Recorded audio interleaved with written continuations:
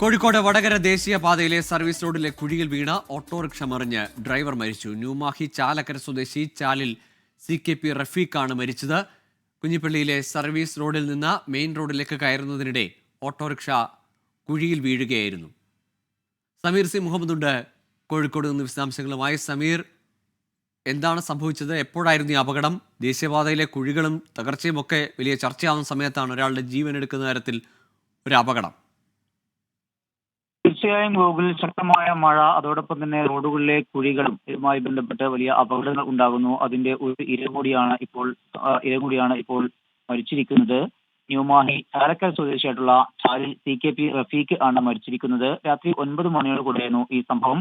കുഞ്ഞിപ്പള്ളിയിലെ service റോഡിൽ നിന്ന് main റോഡിലേക്ക് കയറുന്നതിനിടയിലാണ് ഓട്ടോറിക്ഷ കുഴിയിലേക്ക് വീണത്. വടകര ഭാഗത്തു നിന്നും മാഹി ഭാഗത്തേക്ക് പോകായിരുന്നു ഈ ഓട്ടോറിക്ഷ.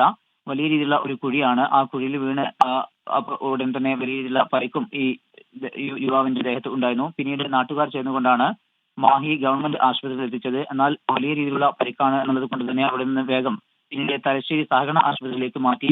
എന്നാൽ അവിടെ എത്തുമ്പോഴേക്ക് തന്നെ മരണം സംഭവിക്കുകയായിരുന്നു. ഇപ്പോൾ മൃതദേഹം അവിടെ സൂക്ഷിച്ചിരിക്കുകയാണ് ഗൂഗിൾ.